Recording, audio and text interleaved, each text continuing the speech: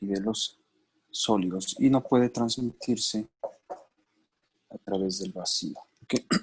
Las ondas mecánicas producidas por una fuente pues van a provocar una vibración precisamente de este medio elástico, hace que sus partículas vibren de igual manera y eso permite que se pueda transmitir. Por lo tanto, requerimos de por lo menos dos elementos. Una fuente del sonido, que es aquella que va a provocar la vibración, y requerimos un receptor que le vamos a llamar escucha. Entonces la fuente pues, puede ser cualquiera, un instrumento musical, la voz, etc. Y pues, a través de nuestro oído es que vamos a poder captar. Y una vez que lo transmitimos hacia el nivel central, pues vamos a poder entender este sonido. Bien, entonces, para que exista el sonido en sí, necesitamos de un medio elástico para transmitirlo. Obviamente, de manera más común, por lo menos para el humano, pues lo transmitimos a través del aire. Pero si nos metemos, por ejemplo, a nadar, podemos escuchar de manera distinta, pero se transmite bien el sonido a través de las partículas del agua, y también lo podemos hacer a través de los sólidos. El ejemplo más común pues, son las pruebas precisamente de audición, en la exploración física, las pruebas de Riemann y de Weber, que vamos a ver más adelante, donde utilizamos la transmisión o la conducción ósea. Bien, entonces el sonido pues, debe de cumplir con ciertas características. Entonces estamos hablando de que el sonido es una vibración mecánica, por lo tanto se va a comportar de esta manera, como una onda. ¿Okay? Y tiene por lo menos tres características básicas, que son la intensidad, el tono y el timbre.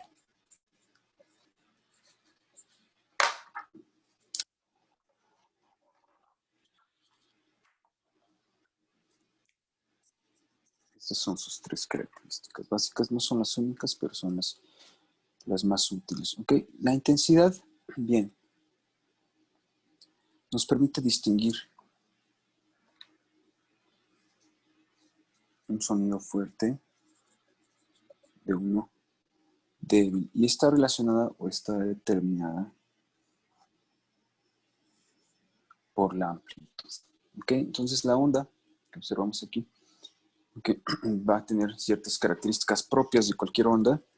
Una de estas es la amplitud, que es la distancia que existe entre el cenit y el nadir, o entre el punto más alto y el más bajo de la onda, y esta va a estar relacionada o nos va a determinar si el sonido es fuerte o es débil. La segunda característica es el tono, y nos permite saber si un sonido es agudo o es grave, y el tono va a estar en relación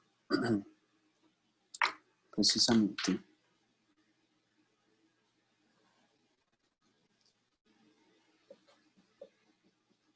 con la frecuencia, y nos dice si este tono es agudo o es débil. A mayor frecuencia nos va a dar un sonido más agudo. Entonces aquí, si mi onda fuera como la de arriba, pues me está determinando un sonido más grave. ¿Ok? Aquí no es débil, aquí es grave. ¿Ok? Y si la onda fuera como esta, o incluso todavía más cerrada, pues me va a indicar un sonido más agudo. ¿Ok? Entonces, la amplitud me determina la intensidad, y la frecuencia, el número de ciclos por segundo, me va a determinar el tono. Y por último, el timbre hace relación a la forma de la onda, o dicho de otra manera, a la fuente. ¿Okay? Esto es un poquito más claro de explicar si habláramos, por ejemplo, de música. ¿Okay? Podemos tener una nota, por ejemplo, una nota que puede ser re menor, yo puedo tocar o escuchar o distinguir una nota re menor tocada por diferentes instrumentos. No es, a pesar de que la vibración provocada por esta nota, o este acorde más bien,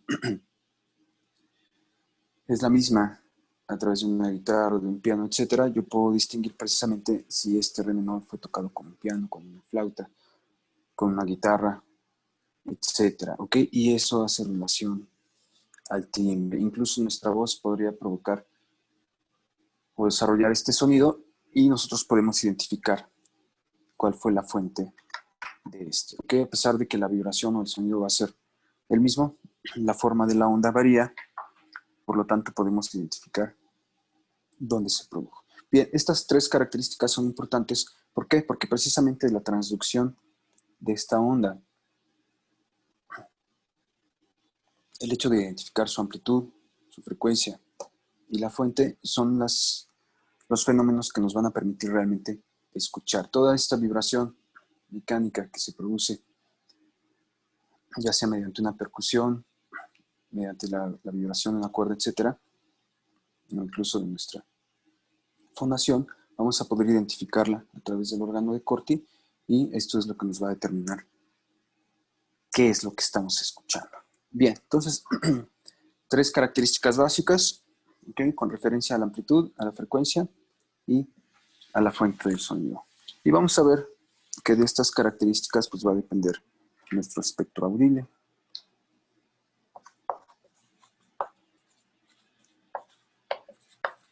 En el humano tenemos un espectro auditivo que va de los 20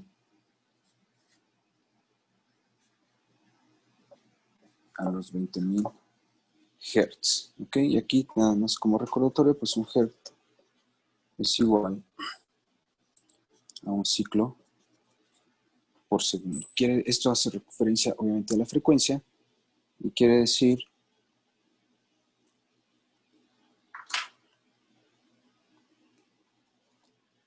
que de aquí a aquí, que cubrimos una onda completa o un ciclo, pues estaríamos tardando un segundo. Entonces, el humano tiene la capacidad de escuchar entre 20 ciclos y 20.000 ciclos por segundo. Que a diferencia de otras especies, por ejemplo, en el caso de los perros, que tienen un mucho mejor oído, pueden captar aproximadamente entre 20 y 65.000 Hz.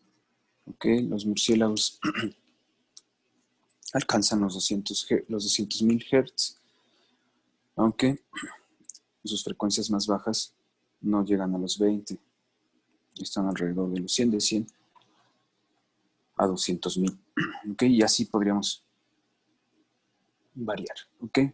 Bien, pero entonces el espectro audible en el humano es de 20 a 20.000 Hz. En cuanto a la frecuencia y en cuanto a la amplitud, tenemos un espectro de hasta 120 decibeles. Más allá de 120 decibeles, podemos captarlo, pero nos va a provocar dolor. Bien. Bueno, dicho esto, vamos ahora sí a pasar a la parte de la fisiología. Y bien, entonces, ¿cómo vamos a captar este sonido? Bueno, pues tenemos entonces una fuente que ya habíamos mencionado, puede ser lo que se les ocurra. Vamos a poner aquí una bocina. Aquí está la fuente, ¿no? Va a provocar una onda vibratoria que vamos a poder captar a través de nuestro oído. Pero ¿qué va a pasar una vez que llegan estas ondas a nuestro oído? Bueno, pues recuerden, tenemos al oído dividido en tres partes: el oído externo, el medio y el oído interno. Y el oído externo pues va a ser desde el pabellón auricular hasta la membrana timpánica. ¿Okay? Entonces, el pabellón auricular, el conducto auditivo y la cara externa de la membrana timpánica. Eso es lo que vamos a denominar oído externo. ¿Okay? El oído medio va a ser el espacio que existe, o la cavidad aérea que existe dentro de nuestro hueso temporal, y el oído interno pues va a ser el aparato vestíbulo coclear. De la porción vestibular ya hablamos en sistema motor, y la función del coclear que vamos a ver ahorita es muy parecida a la del vestibular en cuanto a cómo despolarizan sus células. Bien.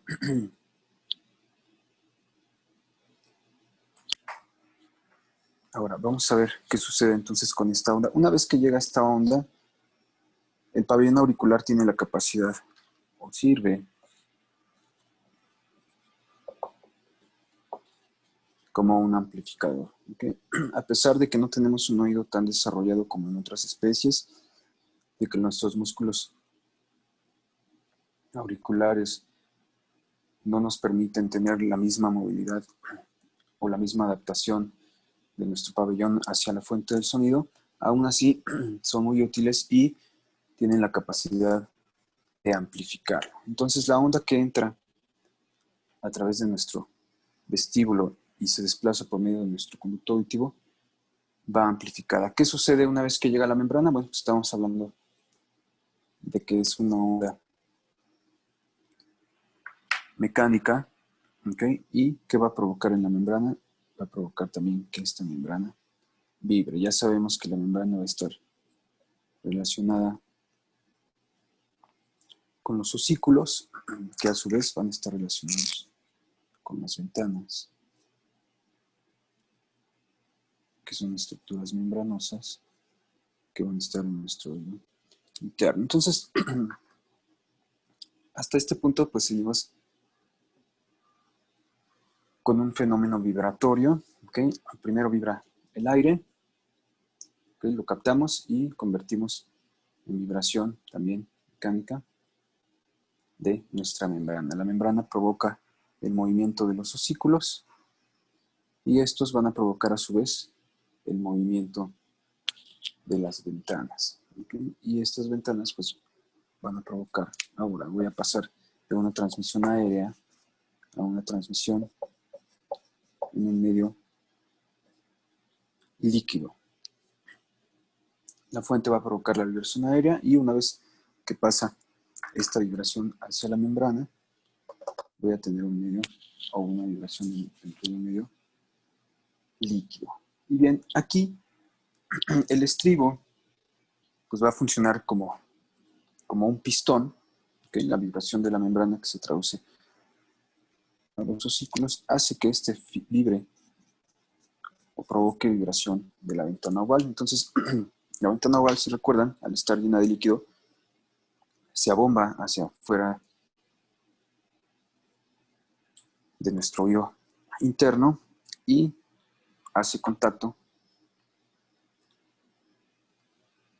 con el estribo. Este bombea a la ventana oval, funciona, decimos, como un pistón, y eso es lo que hace la transducción del medio aéreo hacia el medio líquido. Si tenemos una salida o una pérdida de líquido de nuestro oído interno, la causa más común será un traumatismo, pues obviamente este mecanismo se va a ver afectado. Bien, entonces el estribo funciona como un émbolo que choca contra la ventana oval y esta va a provocar pues la vibración de las diferentes membranas que conforman a la cóclea. Vamos a hacer un recordatorio de cómo está organizada. Aquí tenemos a los conductos semicirculares y aquí tenemos a la cóclea, ¿no? Aquí están los otolíticos y aquí vamos a tener a la ventana oval que está conectada con mis osículos. Entonces la vibración de los osículos provoca vibración de la ventana oval que empuja al líquido que va a recorrer precisamente a esta cóclea. La cóclea tiene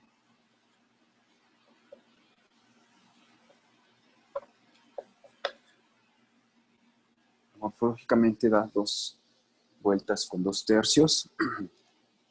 Ok, recuerden que tenemos un laberinto óseo y un laberinto membranoso. Bien, el movimiento aquí de la ventana oval va a provocar el movimiento entonces de las membranas. Y aquí si hiciéramos un corte en la cóclea, pues vamos a ver o vamos a observar lo siguiente. ¿Ok? Si la cortáramos, pues observaríamos más o menos esta estructura, que es la membrana tectoria, ¿okay? Que es una estructura gelatinosa muy parecida a la cúpula que encontrábamos aquí en los conductos semicirculares, e de igual forma que en la cúpula, pues van a estar insertas dentro de esta los cilios de las células neuroepiteliales que vamos a encontrar aquí. Entonces, bueno, aquí vamos a encontrar una célula, más o menos con esta forma, al igual que las células del sistema vestibular van a ser ciliadas, van a tener esterocilos y cinetocilios. Bien, tenemos esta, y de este lado vamos a tener otras tres. Bien, así está organizada nuestra cóclea. Aquí en medio de las dos vamos a tener una estructura óseo-membranosa que es el túnel de Corti. Y bien, tenemos nuestras células ciliadas. Al igual que en el sistema motor, en el aparato vestibular, vamos a tener dos tipos, unas células cilíndricas y unas células caliciformes. Son básicamente iguales. Estas son las tipo 1. Si se acuerdan acá, cuando hacíamos el corte del conducto semicircular, lo veíamos así, con el neuroepitelio aquí y las ciliadas. ¿Okay? En la parte central tenemos las tipo 1, que siempre son las caliciformes, y en la parte periférica tenemos a las tipo 2, que son las cilíndricas. Aquí se van a denominar igual. Esta es una célula tipo 1 y esta es una célula tipo 2. También les denominamos célula ciliada interna y células ciliadas externas. La primera diferencia que observamos, además de la forma, pues es que estas se organizan en hileras de 3 y estas son en una sola hilera. Bien, ¿qué importancia tienen estas células o para qué me sirven estas células ciliadas? Bien, estas células ciliadas son precisamente las que van a captar el movimiento, ¿ok? El movimiento o la vibración. Entonces, nuevamente, el sonido provoca vibración del aire que se traduce a vibración de un medio líquido a partir de la membrana oval. Ese medio líquido va a provocar, o esa vibración del líquido va a provocar a su vez que vibre o que se mueva esta membrana tectoria, dentro de la cual están insertos los cilios de estas células. Entonces el movimiento de la membrana tectoria va a provocar movimiento de los cilios. Y de igual manera que en la porción vestibular, pues todo esto va a estar bañado por endolinfa, que ya sabemos que es rica en potasio. ¿Okay? La diferencia entre la endolinfa y la perilinfa, que esta segunda es más parecida al líquido cefalorraquídeo, tiene una diferencia eléctrica aproximada de más 80 milivolts. Entonces, cualquier movimiento que yo provoque dentro de mi membrana tectoria, que se va a traducir en movimiento ciliar, me va a provocar la entrada de potasio a mis células. ¿Okay? Entonces, al igual que en el oído, bueno, que en la porción vestibular del oído interno, aquí las células despolarizan por entrada de potasio. ¿Okay? ¿Cuándo va a entrar este potasio? Cuando yo mueva o cuando vibre mi membrana tectórea. Bien, entonces la vibración de la membrana tectórea provoca movimiento ciliar, que a su vez, recuerden, si va a favor del cinetocilio, o sea, del cilio más largo, va a provocar la apertura de los canales de potasio que están aquí en la porción apical y la entrada de potasio a las células. Este potasio va a provocar una despolarización de mi célula que va a alcanzar aquí en las porciones vasolaterales canales de calcio. Y estos canales de calcio van a permitir que mis células, una vez que se despolarizaron, liberen un neurotransmisor. ¿Okay? Este neurotransmisor, al igual que en la porción motora, de manera más común va a ser aspartato. Y este aspartato va a ser captado ¿por quién? Pues vamos a tener aquí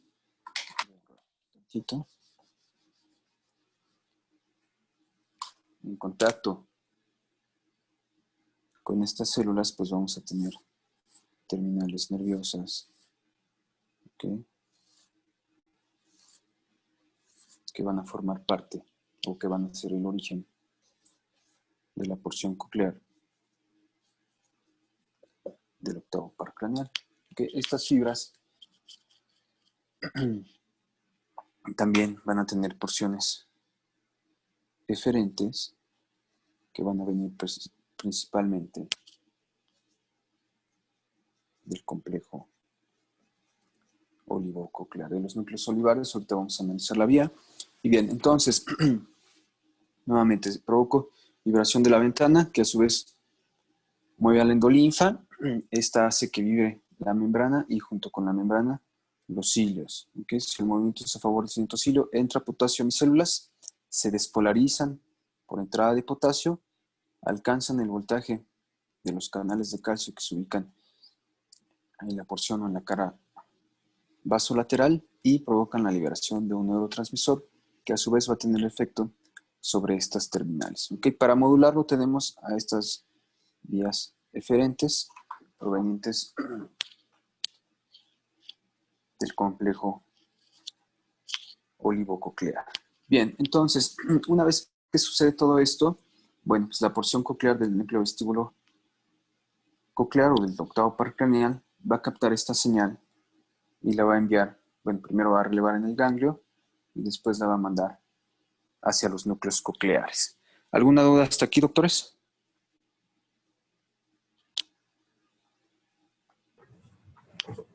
No, maestro. Ok, bien. Vamos a ver un detalle muy importante, que es la sintonización. Bien, entonces, ¿cómo voy a determinar las características que mencionamos previamente del sonido, el tono, el timbre, etcétera? Bien, para eso pues vamos a tener que estas células ciliadas van a estar distribuidas de manera distinta. Entonces, si viéramos la cóclea, ya dijimos que da 2 vueltas y 2/3, ¿ok? Las porciones más externas me permiten captar sonidos más graves y las más internas me permiten captar sonidos más agudos. Esto en cuanto a la espiral. Pero vamos a ver que aquí, en esta parte, vamos a encontrar un fenómeno muy importante que le llamamos sintonización. ¿Okay? Le cortamos un pedacito. Bien, ¿qué es la sintonización? Bien, la cóclea tiene la característica o la capacidad de actuar como un filtro de frecuencias. ¿Esto qué quiere decir? Aunque capta distintas frecuencias, ya dijimos que la frecuencia puede ser el número de ciclos por segundo, y las puede separar para analizarlas de manera individual. Esto cuando estamos escuchando sonidos complejos. ¿Ok? ¿A qué nos referimos con sonido complejo? Bueno, pues aquel que está compuesto por diferentes vibraciones, como puede ser un acorde, la música, etc. Bien, entonces, esta sintonización pues va a depender precisamente de las características anatomofuncionales de estas células. Por eso tenemos esta variante de 3 hileras de células ciliadas y una sola hilera de células caliciformes. Entonces, el movimiento de la ventana oval presiona sobre la membrana basilar que va a provocar el movimiento del líquido, a su vez la vibración de la membrana tectoria y el movimiento ciliar. Pero aquí viene la importancia de esta diferencia que se le llama teoría topográfica de la sintonización coclear. ¿Eso qué quiere decir? Lo que mencionábamos aquí, que dependiendo de la ubicación a lo largo de la cóclea, si nosotros estiramos esta cóclea, mide aproximadamente 36 centímetros, y a lo largo de toda esa longitud, pues vamos a ver que están determinadas, que está determinada la distribución de estas células, y dependiendo de la zona sobre la cual se lleve a cabo la vibración o dependiendo de la zona que capte estas variaciones de frecuencias, pues vamos a tener que podemos identificarlas y analizarlas de manera individual. Entonces no captamos todo el sonido con todo nuestro oído al mismo tiempo, sino que lo vamos separando y lo podemos analizar de manera individual. Bien, entonces esta teoría topográfica habla de un fenómeno que llamamos tonotopismo. ¿Y qué es el tonotopismo? Pues precisamente que los tonos, ya sean agudos o graves, pues van a tener una zona específica dentro de esta espiral. Entonces decíamos al inicio, aquí voy a captar más graves, aquí voy a captar más agudos. Bien, entonces la sintonización va a depender del sitio específico de la cóclea que esté estimulando, y además ya dentro de este ciclo, dentro de este sitio, dentro de la cóclea, pues también vamos a tener que van a participar o las células ciliadas externas o las células ciliadas internas. La diferencia también entre estas pues es el tono que pueden captar. Normalmente utilizamos más a las células ciliadas externas para tonos graves y las ciliadas internas para tonos más agudos. Estas son las que reciben las eferencias que nos permiten modular. Estas eferencias pueden apagar la transmisión cuando pasamos los tonos o cuando estos tonos rebasan nuestro umbral. Hace rato mencionábamos el umbral en el humano es de 120 decibelios en cuanto al sonido, y a partir de ese punto puede provocarse dolor. Entonces también a partir de este punto se apagan las señales provocadas por las ciliadas internas para evitar daño. ¿Ok? Para que nosotros tengamos un daño auditivo, pues se tiene que perder un gran número de células ciliadas. Sin embargo, vamos a observar que todos los días, al igual que nuestras neuronas, pues vamos perdiendo cierto número de estas. Por lo tanto, esto más los mecanismos de esclerosis de las articulaciones de los osículos y de la propia membrana, que son propios de la edad, pues es lo que va provocando la disminución de la capacidad auditiva conforme vamos envejeciendo. Bien. Ok, entonces, una vez que sucede todo este fenómeno, la información va a salir a través de esta estructura. Ok, vamos a hacer relevo en el ganglio vestíbulo coclear y de aquí nos vamos a ir hacia los núcleos cocleares. Okay, ¿para qué me sirve esta división? ¿Para qué me sirve esta distribución? Para identificar tonos. No nada más es a lo largo de la cóclea, sino también dentro de cada segmento puedo identificar tonos a través de la activación de mis células externas o de mis células internas. ¿De qué va a depender esto? Pues precisamente de la vibración que se provoque sobre esta membrana. ¿Okay? La membrana, pues al igual que la onda, va a tener el mismo comportamiento y el sonido va a ser captado en el sitio o identificado en el sitio donde la membrana lleve a cabo su mayor ondulación. Esto va a depender obviamente de las características previas del sonido, sobre todo la amplitud y la frecuencia. Bien, entonces una vez que sucede este fenómeno, se despolarizan las células por entrada de potasio, entra calcio, se libera el neurotransmisor y se activa a las fibras que conectan con mis células ciliadas. ¿Qué va a pasar con estas fibras? Pues van a mandar la señal hacia mis núcleos cocleares y de ahí vamos a partir hacia la vía auditiva. Y bien, para la vía auditiva, pues vamos a ver que tenemos o que participan diferentes estructuras. Tenemos aquí el receptor. Ok, ya dijimos aquí van a salir las fibras. Aquí tenemos el ganglio. Ok, y del ganglio nos vamos a ir hacia los núcleos cocleares. Nos vamos a poner aquí más o menos así. El anterior y el posterior. Estos son núcleos cocleares. De los núcleos cocleares vamos a tener la salida de dos fibras, unas ipsilaterales y otras contralaterales. El primer relevo de estas fibras va a ser precisamente en el complejo olivar superior, ¿ok? De ambos lados. Lo mismo obviamente pasa del lado opuesto. Entonces, captamos con el oído interno, relevamos en el ganglio, pasamos a los núcleos cocleares y de ahí al complejo olivar superior. Estas fibras que viajan hacia el complejo olivar superior forman el menisco medial. Del complejo olivar superior, nuevamente tenemos fibras que viajan de manera ipsi y de manera contralateral. ¿A dónde van a llegar estas fibras del complejo olivar superior? Bueno, van a pasar a través de los núcleos del menisco medial, pero van a llegar al colículo inferior. ¿Okay? Y estas fibras del colículo inferior suben hacia el tálamo, ¿okay? Nuevamente de manera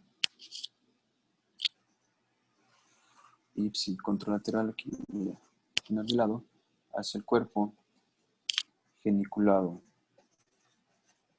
medial. ¿Okay? Y de los cuerpos geniculados van a viajar ya nada más ipsilateralmente hacia la corteza auditiva en el lóbulo temporal. Bien, esta es la vía auditiva de manera muy esquemática. Bien, pero es importante conocer aquí los distintos relevos, ya que de esto van a depender también los tipos de sordera o de hipoacusia, de los cuales vamos a hablar ahorita. Entonces es importante conocerla no solo por cuestiones anatómicas, sino por sus cuestiones funcionales. Entonces aquí vamos a hablar de la disminución de la capacidad auditiva, que puede ser la sordera o la hipoacusia. Y vamos a tenerla de tres tipos. La primera que vamos a tener es la sordera o hipoacusia que llamamos de conducción, que es la sordera o hipoacusia de conducción, cualquier fenómeno que me afecte el oído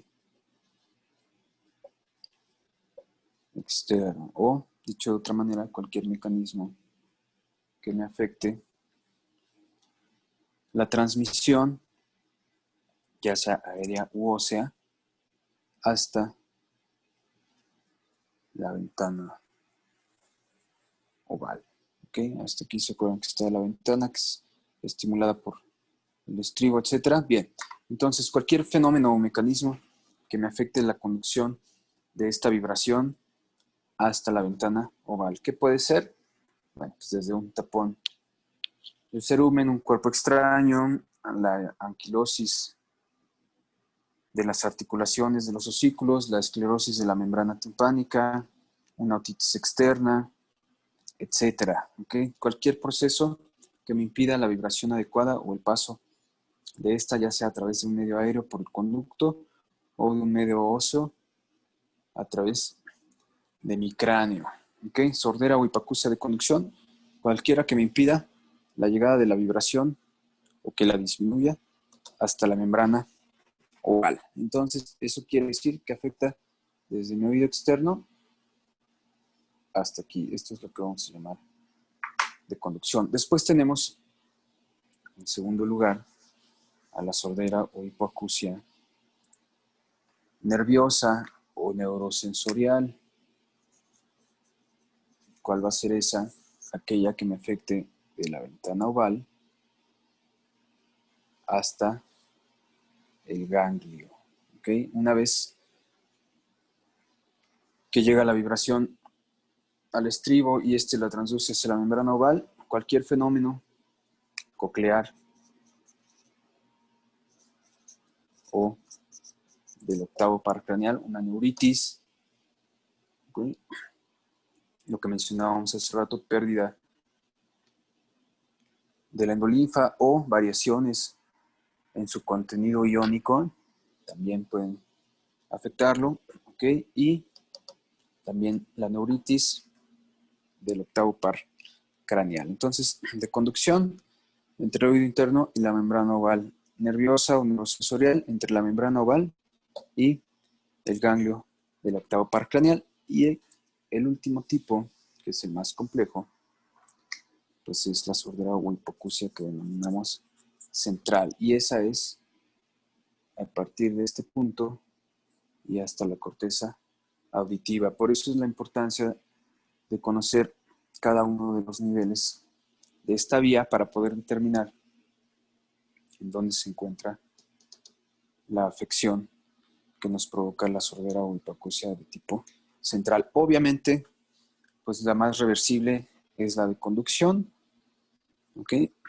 Y cuando tenemos problemas de tipo central, normalmente son irreversibles, ¿ok? Dependiendo de la causa. ¿No? Si es, por ejemplo, en el caso de ustedes son neurocirujanos y tenemos un proceso compresivo que está afectando una de estas estructuras, probablemente después de la descompresión pueda mejorar, pero si tenemos daño estructural en cualquiera de estos niveles, normalmente la sordera central es irreversible. Bien, ¿qué más tenemos aquí? Ok, por último, vamos nada más a mencionar, aquí nos faltó, bien, tenemos lemnisco medial y tenemos lemnisco lateral. Las fibras que van del complejo medular hacia el colículo atraviesan los núcleos, el posterior y el anterior del lemnisco medial y forman precisamente estas fibras, estas que van de aquí, del complejo vulvar hacia el colículo inferior. Bien, ¿alguna duda con esto, doctores? No, maestro, está bien. ¿No?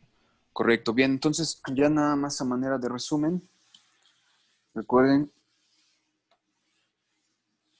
que nuestro oído capta en sus dos porciones, en la vestibular y en la coclear, pues vamos a captar movimiento. Vamos a tener mecanorreceptores, que son precisamente estas células ciliadas, y que siempre que el movimiento sea de este lado, se van a despolarizar y van a liberar aspartato. Este fenómeno es probablemente pues, el más importante. Ok, si no se da la activación de la célula ciliar, si no se alcanza a despolarizar esta, no vamos a tener liberación del neurotransmisor y todo el fenómeno vibratorio se va a detener aquí a nivel del oído interno, ya sea en su porción vestibular o en su porción coclear. Entonces, por eso la importancia de estas células, que el daño a estas células, pues es lo que conocemos como trauma acústico. Aquí nada más habría que ver la diferencia entre sonido y ruido. ¿Okay? El ruido,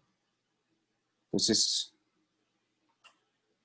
una de estas vibraciones mecánicas que estamos describiendo, pero con la característica de ser desordenado. Eso quiere decir que no tiene ritmo y que no tiene armonía. Carece de estas dos características que el sonido sí las va a tener, independientemente de que estemos hablando de fuentes distintas. El sonido, incluso el habla, tienen estas características, un ritmo y una armonía o una cadencia. Entonces, el ruido que no posee estas características es el principal factor que provoca el trauma acústico, ya sea que nos expongamos a movimientos desordenados por un periodo prolongado o por periodos breves, pero que sean movimientos mayores a esos 120 decibeles que mencionábamos. Esto va a provocar un daño irreversible a nuestras células, pérdida de su función, ¿okay? Esclerosis incluso de las membranas en las cuales están insertas, y mencionábamos que la pérdida precisamente de estas células o el daño a estas es lo que va a provocar la disminución que podemos mencionar normal de nuestra capacidad auditiva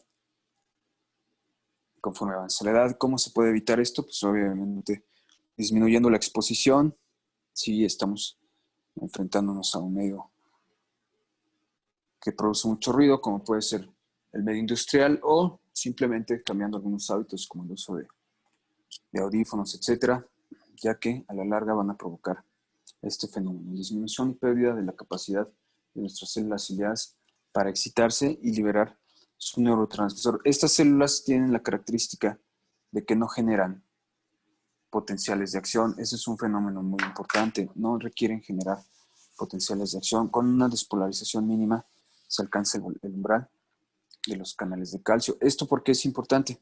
Están las células ciliadas y si yo tuviera que generar un potencial de acción, los estímulos mecánicos que a su vez van a provocar el estímulo eléctrico de la entrada de potasio tendrían que ser todavía más amplios de lo normal y nuestro rango o nuestro espectro auditivo sería muy disminuido. Entonces, el hecho de que no requieran de un potencial de acción, sino simplemente de una entrada mínima de potasio que alcance el umbral de los canales de calcio, asegura que podamos disparar o que podamos transmitir esta señal de manera muy sencilla hacia las terminales que hacen contacto con estas células. Entonces, al igual que en el sistema vestibular, no requiero de un potencial, sino simplemente de una pequeña despolarización que abre los canales de calcio.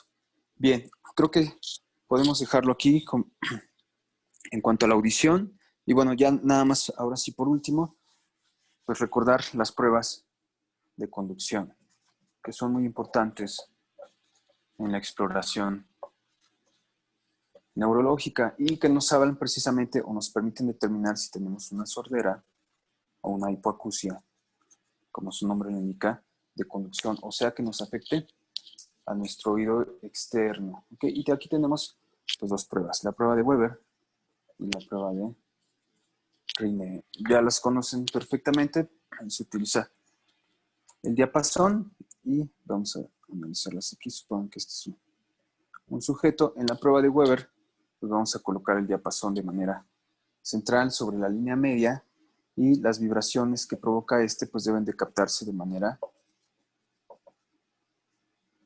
bilateral. ¿Okay? Se coloca sobre la línea media y tenemos que tener la capacidad o debemos tener la capacidad de captar esta vibración y este sonido con las mismas características, sobre todo su intensidad, en ambos oídos. Y la prueba de Rinne pues se hace de manera unilateral. Supongamos que aquí lo estamos viendo de perfil. Y aquí vamos a colocar el diapasón. Aquí. Y aquí hacemos conducción aérea, pero acercando el diapasón al pabellón y hacemos conducción ósea aquí sobre la apófisis mastoides. ¿Okay? Y vamos, en esta podemos ir alejando el diapasón y se debe de escuchar a una distancia media que no sobrepase del límite de los hombros. Bien, entonces estas pruebas me permiten analizar la conducción aérea y ósea, por lo tanto me determinan pruebas de conducción. Para la sordera nerviosa y central, pues utilizamos la evaluación audiométrica y bueno, y pues estudios de imagen también, si sospechamos de la afección de alguna de nuestros componentes de la vía auditiva. Bien, con esto terminamos, doctores. ¿Alguna duda? ¿Algo más que quieran agregar? Maestro, todo quedó bien claro. ¿Con Ok, qué tema? bien. La siguiente clase vamos a ver visión. Entonces vamos a hablar un poquito también de las ondas que componen a la luz y aquí valdría la pena, sobre todo, que le den una repasada a los componentes anatómicos y funcionales de la retina, sus diferentes capas y cómo se hace la neurotransmisión entre cada una de estas. Bien, si no tienen algo más, doctores, dejamos esto para la próxima semana y nos despedimos por el día de hoy. Muchas gracias. Gracias, maestro. Que tengan excelente día. Realmente gracias. Hasta luego. Hasta luego.